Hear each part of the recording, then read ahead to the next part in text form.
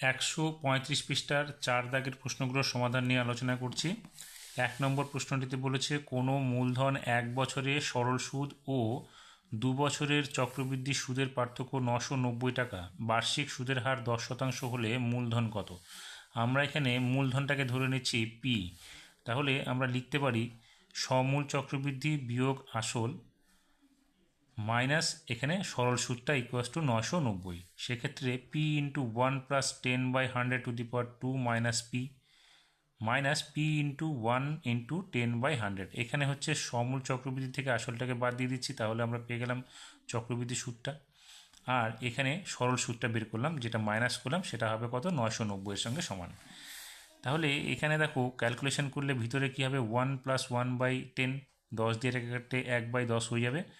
আর এখান থেকে আমরা কি করলাম, এই পি আর এই পিটাকে যদি কমন নিয়ে নিই তাহলে পি ইন্টু 1+1/10 মাইনাস 1, আর এখানে হয়ে যাবে 10 দিয়ে কাটলে 1/10, অর্থাৎ পি ইন্টু 1/10 ইকুয়াস টু 990 থেকে যাবে।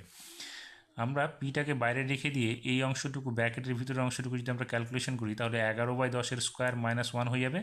এখানে p/10 হয়ে যাবে ইকুয়াস টু 990। এখানে 11/10কে স্কোয়ার করলে হবে 121/100 মাইনাস 1, পিটা বাইরে থাকলো, মাইনাস p/10 ইকুয়াস টু 990। আমরা কি করলাম, এটাকে গুণ করে এখানে বিয়োগ করলে দেবে 21/100 হবে, অর্থাৎ পির সঙ্গে গুণ করলে 21p/100 মাইনাস এখানে p/10 ইকুয়াস টু 990। এটা লসাগু করলে দেখবে আমাদের এটা কী হবে, 21, এখানে পি আছে, এখানে দেখবে 10p হয়ে যাবে। এটা লসাগু ক্যালকুলেশন করে দেখবে এটা হচ্ছে 11p/100 আসবে, যেটা হবে 990, বা পি এর মান দাঁড়াবে কত, 990 × 100/11। 11 দিয়ে এটা কাটলে কত হবে, এখানে 90 হবে, 90 দিয়ে 100কে গুণ করলে 9000। যেখানে আমরা পিকে ধরেছিলাম আসল, সেক্ষেত্রে আসল হচ্ছে আমাদের 9000 টাকা। 2 নম্বরে বলেছে প্রতি বছর জনসংখ্যা 8% বৃদ্ধি হলে n বছর পরে জনসংখ্যা হয় পি, n বছর পূর্বে জনসংখ্যা কত ছিল। আমরা যদি n বছর পূর্বে জনসংখ্যাটাকে x ধরে নিই তাহলে লিখতে পারি x into 1+r/100n equals to P, যেখানে x এর মানটা কী হবে, p/1+r/100n। এবার আমরা এটাকে লিখতে পারি পি ইন্টু 1+r/100 - n হয়ে যাবে এখানে। তাহলে এটা হচ্ছে x বছর মানে n বছর পূর্বে জনসংখ্যার মান ছিল, এটা সংখ্যা। 3 নম্বর বলেছে এ, বি ও সি একত্রে একটি ব্যবসা শুরু করে মূলধনের 1/2 অংশ এ, 1/3 অংশ বি এবং অবশিষ্ট সি পেল। যেহেতু মূলধনের 1/2 অংশ এ, 1/3 অংশ বি পায়, তাহলে সি কী পাবে, সি হচ্ছে এক থেকে বিয়োগ করবো আমরা 1/2 এবং 1/3 অংশের সমষ্টিটাকে।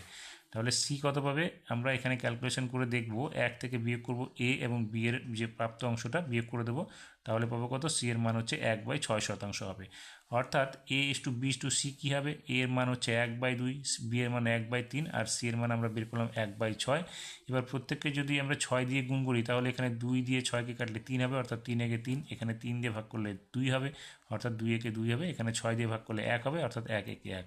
অর্থাৎ এখানে যে লভ্যাংশের অনুপাত, এটা মূলধনের অনুপাত হচ্ছে 3:2:1, সেক্ষেত্রে লভ্যাংশের অনুপাতও কিন্তু এটাই হবে, কারণ আমরা জানি মূলধনের অনুপাত এবং লভ্যাংশের অনুপাত সমান হয়। তাই উত্তরটা হবে আমাদের লভ্যাংশের বণ্টনের অনুপাত 3:2:1। 4 নম্বরে বলেছে যৌগিক ভেদে উপপাদ্যটি বিবৃতি করো। এটা বইয়ে আছে, তবু আমি এখানে আলোচনা করছি। যৌগিক ভেদের উপপাদ্যটি হচ্ছে এরকম, এক্স, ওয়াই, জেড তিনটি চল এরূপ যে এক্স প্রপোর্শনাল টু ওয়াই যখন জেড ধ্রুবক এবং এক্স প্রপোর্শনাল টু জেড যখন ওয়াই ধ্রুবক, তাহলে X proportional to Y Z হবে যখন ওয়াই এবং জেড উভয়ই পরিবর্তিত হয়। এটা তোমরা বইয়েই পেয়ে যাবে। 5 নম্বরে বলেছে যে সমীকরণের বীজগুলি x² + px + 1 = 0 সমীকরণের বীজগুলির অনন্যক সেই সমীকরণটি গঠন করো। তাহলে এখানে যে দ্বিঘাত সমীকরণটি রয়েছে সেটা আমরা এখানে তুলে নিলাম। এবার আমরা ধরে নিচ্ছি সমীকরণটির একটি বীজ হচ্ছে আলফা এবং অপরটি যদি বিটা হয়, তাহলে আলফা প্লাস বিটা অর্থাৎ বীজ দুটির সমষ্টি কী হবে, মাইনাস এখানে b/a, তাহলে b কত, p, আর a হচ্ছে কত, 1, তাহলে -p/a, 1 মানে হচ্ছে -p, আর বীজ দুটির গুণফল হচ্ছে c/a, অর্থাৎ c মান কত, 1, এর মান 1, তাহলে 1/1 মানে হচ্ছে 1। এবার যে সমীকরণটি আমাদের গঠন করতে হবে এটা কী হবে, যে সমীকরণটির বীজদ্বয় পূর্বের সমীকরণের অনন্যক হবে সেই সমীকরণটি কী হবে, তাহলে এই যে সমীকরণটা হবে সেটা কি, বীজদ্বয় হবে 1/α সরি 1/α একটি বীজ এবং অপরটা হচ্ছে 1/β। তাহলে সমীকরণটা গঠন করবো আমরা এইভাবে x² minus 1/α plus 1/β into x plus 1/α into 1/β equals to 0। তাহলে দেখো এই অংশটা আমরা ক্যালকুলেশন করি যদি, তাহলে x² মাইনাস এখানে হয়ে যাবে alpha plus beta by alpha beta into x plus 1/α beta.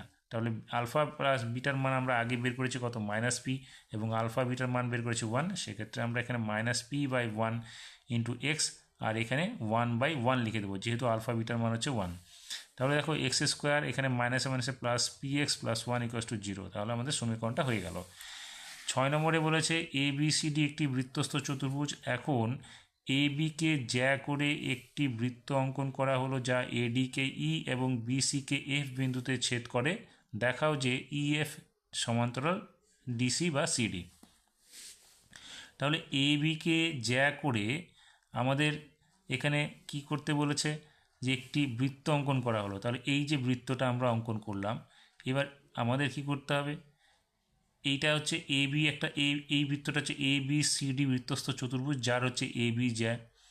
এবার এই জ্যাকে কেন্দ্র করে আমরা আরেকটি এখানে বৃত্ত অঙ্কন করছি EF, যেটা হচ্ছে আরেকটা বৃত্ত যেটা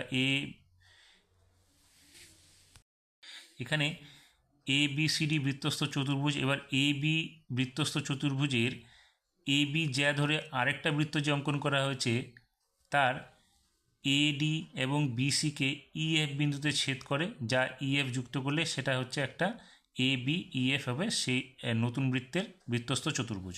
এক্ষেত্রে আমাদের প্রমাণ করতে হবে যে EF সমান্তরাল CD। এখন আমরা বৃত্তস্থ চতুর্ভুজ AB এবং EF থেকে আমরা লিখতে পারি কোণ BAE প্লাস কোণ BFE ইকুয়ালস টু 180 ডিগ্রি। এবার আমরা কি লিখব, এখান থেকে দেখো BFE equals to 180 degree minus BAE হয়ে যাবে, এটাকে আমরা 1 নং সমীকরণে লিখে নিতে পারি। আরেকবার কি পাবো, এখান থেকে BFE plus EFC equals to 180 degree লিখতে পারি। সেখান থেকে আমরা কি করলাম, BFE ইকুয়ালস টু কী পাবো, 180 ডিগ্রি মাইনাস EFC হয়ে যাবে, এটা হচ্ছে 2 নং সমীকরণ। এবার 1 নং সমীকরণ এবং 2 নং সমীকরণ আমরা যদি যোগ করি তাহলে দেখবি পেয়ে যাব যে BAE ইকুয়ালস টু EFC, এটা আমরা পেয়ে যাব। অর্থাৎ এখানে এই কোণটা BAE ইকুয়ালস টু হয়ে যাবে আমাদের EFC, এই কোণটা আমরা পেয়ে গেলাম। এবার আবার বৃত্তস্থ যে চতুর্ভুজটা আমাদের প্রথম যেটা ছিল ABCD, সেখান থেকে আমরা লিখতে পারি কোণ BAD প্লাস কোণ BCD ইকুয়ালস টু 180 ডিগ্রি। তাহলে এখান থেকে আমরা কি পাবো, BAD প্লাস FCD। আমরা এখানে দেখো এর আগে আমরা কি লিখেছিলাম যে BAD প্লাস BFE, এর আগেরটাতে BAE বা BAD, এখানে হচ্ছে BAD, যেহেতু ABCD বৃত্তস্থ চতুর্ভুজের ক্ষেত্রে নিচ্ছি, তাহলে BAD প্লাস BFE, এই কোণটা কত ছিল, 180 ডিগ্রি। তাহলে আমরা BAD শুধু এই কোণটার মান কি লিখতে পারি, 180 ডিগ্রি মাইনাস BFE এই কোণটা। আরেকবার কি আমরা নিচ্ছি BAD, কোণ BAD plus BCD equals to 180 degree ABCD বৃত্তস্থ চতুর্ভুজের ক্ষেত্রে। সেক্ষেত্রে BAD আমরা এখানে দেখো এখানে কি বের করেছি, BADর মান কি বের করেছিলাম আমরা, BAD যেহেতু এই কোণটার সঙ্গে সমান, তাহলে আমরা এটার পরিবর্তে আমরা এটা লিখতে পারি। সেই জন্য আমরা কি লিখেছি এখানে FCD, অর্থাৎ BCDর পরিবর্তে লিখব FCD। তাহলে এখানে আমরা লিখে দিলাম FCD, BAD plus BCD equals to 180 degree এবং BAD equals to BCD equals to 180 degree আমরা পেয়ে গেলাম, কারণ BCDর মান হচ্ছে FCDর সঙ্গে সমান, অর্থাৎ BCDর পরিবর্তে আমরা FCD লিখতে পারি। তাহলে লিখে দিলাম। এবার BADর মান কী পাবো, 180 ডিগ্রি মাইনাস FCD পেয়ে যাবো, FCDটা এদিকে এক্সে মাইনাস হয়ে যাবে।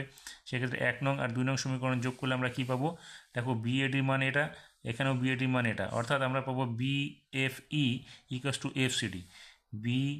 এখানে BFE এই কোণটার মান হবে এই কোণটার সঙ্গে সমান। এবার দেখো এই কোণটা এবং এই কোণটা যদি সমান হয় এবং BC হচ্ছে কি ভেদক, তাহলে আমরা দেখো এখান থেকে আমরা লিখতে পারি এই কোণটা আর এই কোণটার সঙ্গে যদি সমান হয় এবং BC যদি ভেদক হয়, তার মানে হচ্ছে আমাদের কি EF এবং CD সমান্তরাল হবে। তাহলে আমরা সেটা লিখে দিলাম। এবার 7 নম্বরে বলেছে এবিসি ত্রিভুজের অন্তঃকেন্দ্র ও এবং ওবিসি 25 ডিগ্রি ও ওসিবি 39 ডিগ্রি হলে বিএসি এর মান কত হবে। যেহেতু এবিসি ত্রিভুজের অন্তবৃত্তের এটা অন্তকেন্দ্র হচ্ছে ও, সেক্ষেত্রে আমাদের মান দেওয়া আছে ও বি সি আমাদের 25 ডিগ্রি এবং ও সি বি ইকুয়াস টু আমাদের 39 ডিগ্রি। তাহলে যেহেতু এটা অন্তকেন্দ্রের বৃত্ত, তাহলে এই কোণটা কী হবে, এই কোণটা ডবল হয়ে যাবে, অর্থাৎ এ বি সি হয়ে যাবে double of O B C. তাহলে কত হবে, 50 ডিগ্রি হবে। আর অপর দিকে এ সি বি হয়ে যাবে double of O C B, অর্থাৎ এখানে 39 ডিগ্রি হলে সেটা হয়ে যাবে 78 ডিগ্রি। তার মানে কোণ বি এ সি এর মান কত হবে, 180 ডিগ্রি থেকে এই কোণটা কোণ বি আর কোণ সি এর মানটা বাদ দিতে হবে। তাহলে বি এ সি কত হবে, 180 ডিগ্রি মাইনাস কোণ বি কোণ সি, অর্থাৎ কোণ বি এর মান 50 ডিগ্রি এবং কোণ সি এর মান কত 78 ডিগ্রি। যোগ করলে পাবো 128 ডিগ্রি, 180 ডিগ্রি থেকে 128 বাদ দিলে কত হবে 52 ডিগ্রি। 8 নম্বরে বলেছে প্রমাণ করো বৃত্তের উপর যে কোনো বিন্দুতে স্পর্শকের সমান্তরাল জ্যা বৃত্তের ওই বিন্দুতে ব্যাস দ্বারা লম্ব সমদ্বিখণ্ডক হবে। এবার আমরা ধরে নিচ্ছি ও কেন্দ্র বৃত্তের ডি বিন্দুতে এ বি হচ্ছে আমাদের সাধারণ একটি স্পর্শক, সেক্ষেত্রে সিডি লম্ব এ বি হবে বা ওডি লম্ব এ বি হবে। এবার আমাদের কি করলাম, এ বির সমান্তরাল একটা পি কিউ জ্যা অঙ্কন করলাম আর ও পি এবং ও কিউকে যোগ করে দিলাম। সেক্ষেত্রে আমরা কি পাবো, এখানে দেখো কোণ আমরা পাচ্ছি এটা যেহেতু এ বি সমান্তরাল পি কিউ, সেক্ষেত্রে আমাদের কোণটা কী হবে, লম্ব হয়ে যাবে ও ই লম্ব পি কিউ হয়ে যাবে, অর্থাৎ এই কোণটা এর সঙ্গে এই কোণটা অর্থাৎ ও ই পি সমান চিহ্ন ও ই কিউ হয়ে যাবে এবং ও পি এবং ও কিউ এর দুটো সমান হবে একই বৃত্তের ব্যাসার্ধ আর ও ই সাধারণ বাহু। সেক্ষেত্রে আমাদের কী হবে, ও পি এবং ও পি ই এবং ও ই কিউ দুটো সদৃশ ত্রিভুজ হয়ে যাবে। সেক্ষেত্রে ইপি এবং ও ই কিউ আমাদের দুটো এই বাহু দুটো সমান হয়ে গেল। যেহেতু এই দুটো সমান, সেক্ষেত্রে আমরা আবার এখানে লম্ব অঙ্কন করেছি, অর্থাৎ এটা আমরা দেখতে পাচ্ছি যে ওডি লম্ব হচ্ছে পি কিউ। এখানে কি বলেছে দেখো, সমান্তরাল জ্যা বৃত্তের ওই বিন্দুতে ব্যাস দ্বারা লম্ব সমদ্বিখণ্ডিত হচ্ছে। ব্যাস বলতে এখানে সিডিটা, ওডি আর সিডি একই ব্যাপার, সেই জন্য আমরা লিখতে পারি যে পি কিউ সমদ্বিখণ্ডক হচ্ছে সিডি। এরপরে আছে কি 9 নম্বরে বলেছে এ বি সিডি একটি আয়তক্ষেত্র ও কেন্দ্রদ্বয়ের ছেদবিন্দু এ বি ইকুয়াস টু 4 সেমি ও ওডি ইকুয়াস টু 2.5 সেমি হলে বিসি এর দৈর্ঘ্য কত হবে। প্রশ্নানুসারে আমরা দেখছি এ বি সি ডি এর ও বি 2.5 এবং ওডি হচ্ছে 2.5 এবং সিডি হচ্ছে 4। দেখো যেটা এক্ষেত্রে যেহেতু এটা একটা আয়তক্ষেত্র, তাহলে এদের কর্ণ দুটো সমান হবে, অর্থাৎ বিডি এবং এসি সমান হবে। এখানে ওডি আর ওবি দুটো 2.5 মানে হচ্ছে এটা বিডির মান কত হচ্ছে 5 সেমি হয়ে যাবে, তাহলে আমরা বিডি পেয়ে গেলাম 5 সেমি আর এখানে সিডি পেয়ে গেলাম আমরা 4 সেমি। আমাদের কী চেয়েছে, বিসি এর দৈর্ঘ্য। যেহেতু এটা আমাদের আয়তক্ষেত্র, তাহলে প্রত্যেকটা কোণ কিন্তু আমাদের সমকোণ, অর্থাৎ এক্ষেত্রে বিডিসি একটা সমকোণী ত্রিভুজ। বিডি হচ্ছে আমাদের অতিভুজ এবং সিডি হচ্ছে আমাদের লম্ব আর বিসি হচ্ছে আমাদের ভূমি। অর্থাৎ বিসি কী পাবো আমরা, বিসি ইকুয়াস টু হয়ে যাবে √ BD square minus CD square. তাহলে সেক্ষেত্রে আমরা এখানে লিখব BC equals to √ BD square minus CD square. মানগুলো বসিয়ে দেবো, ক্যালকুলেশন করে পাবো আমরা √9, অর্থাৎ এখানে পাবো বিসির মান হচ্ছে 3 সেমি। 10 নম্বরে বলেছে একটি ঘনকের প্রত্যেকটি ধারের দৈর্ঘ্য 50% বৃদ্ধি করলে পরবর্তী ঘনকের আয়তন শতকরা কত বৃদ্ধি পাবে। তাহলে আমরা ধরে নিচ্ছি ঘনকের প্রতিটি ধার হচ্ছে 10 একক করে, এখানে নির্দিষ্ট কোনো মান নেই, আমরা ধরে নিচ্ছি। তাহলে আয়তন কত হবে, বাহুর কিউব, এখানে প্রত্যেকটি ধারের দৈর্ঘ্য যদি 10 একক হয় তাহলে আয়তন কত হবে 10 এর কিউব অর্থাৎ 1000 ঘন একক। এবার আমাদের প্রত্যেকটা ধার যদি 50% করে বৃদ্ধি করি তাহলে 10 × 150/100, অর্থাৎ এখানে দেখো 0 0 0 0 কেটে গেলে এখানে 15 একক হবে। তাহলে আয়তন কত হবে, 15 কিউব করলে হবে 3375, অর্থাৎ 3375 ঘন একক। তাহলে আয়তন বৃদ্ধি পেলে কত, 3375 থেকে আমরা মূল যে আয়তনটা সেটা বাদ দিয়ে দেবো 1000টাকে, তাহলে হবে কত 2375 ঘন একক, অর্থাৎ শতকরা বৃদ্ধি পাবে কত 2375/1000 × 100। তাহলে 100 দুটো শূন্য কেটে দিলাম, কেটে দিলে কত হবে 2237.5% হয়ে যাবে আমাদের এখানে আয়তনটা বৃদ্ধি। 11 নম্বরে বলেছে একটি গোলকের ব্যাসার্ধের দৈর্ঘ্য 50% বৃদ্ধি করলে বক্রতলের ক্ষেত্রফল শতকরা কত বৃদ্ধি পাবে। তাহলে এখানে গোলকের ব্যাসার্ধ যদি আমরা আর ধরি তাহলে বক্রতলের ক্ষেত্রফল কী হবে 4πr²। এবার বাহুর দৈর্ঘ্য যদি আমরা ব্যাসার্ধের দৈর্ঘ্য যদি 50% বৃদ্ধি করি তাহলে আমরা লিখবো r × 150/100, অর্থাৎ এটা হবে 3r/2। এক্ষেত্রে বক্রতলের ক্ষেত্রফলটা কত হবে 4π × 3r/2 এর স্কোয়ার হয়ে যাবে, অর্থাৎ 4π × 9r²/4, 4 কেটে গেলে এখানে 9πr² হবে। এবার ক্ষেত্রফলটা কত বাড়লো, আমরা 9πr² থেকে আগের যে মূলটা আছে মূল ক্ষেত্রফল 4πr² বাদ দিব, হবে কত 5πr², অর্থাৎ শতকরা বৃদ্ধি কত হলো ক্ষেত্রফল 5πr²/4πr² × 100%। πr² কেটে যাবে, 4 দিয়ে 100কে কাটলে এখানে 25 হবে, অর্থাৎ 5 × 25 125% আমাদের ক্ষেত্রফলটা বৃদ্ধি পাবে। 12 নম্বরে বলেছে দুটি লম্ববৃত্তাকার চোঙের উচ্চতা অনুপাত হচ্ছে 1:2 এবং ভূমির পরিধির অনুপাত হচ্ছে 3:4 হলে তাদের আয়তনের অনুপাত কত। আমরা ধরে নিচ্ছি প্রথম লম্ববৃত্তাকার চোঙের ব্যাসার্ধ যদি r1 হয় এবং দ্বিতীয়টা যদি r2 হয়, তাহলে 2πr1/2πr2 = 3/4 হতে পারে, বা 2π কেটে যাবে, সেক্ষেত্রে r1/r2 = কত হবে 3/4। তাহলে r1কে ধরে নিচ্ছি আমরা 3 একক এবং r2কে ধরে নিচ্ছি 4 একক। তাহলে আয়তনের অনুপাত কী হবে, আয়তনের অনুপাত হচ্ছে πr², সেক্ষেত্রে πr1² × h1 = πr2² × h2। তাহলে এখানে দেখো উচ্চতার অনুপাত দেওয়া আছে 1:2, তো প্রথমটাকে ধরে নিচ্ছি আমরা h1, দ্বিতীয়টাকে ধরে নিচ্ছি h2।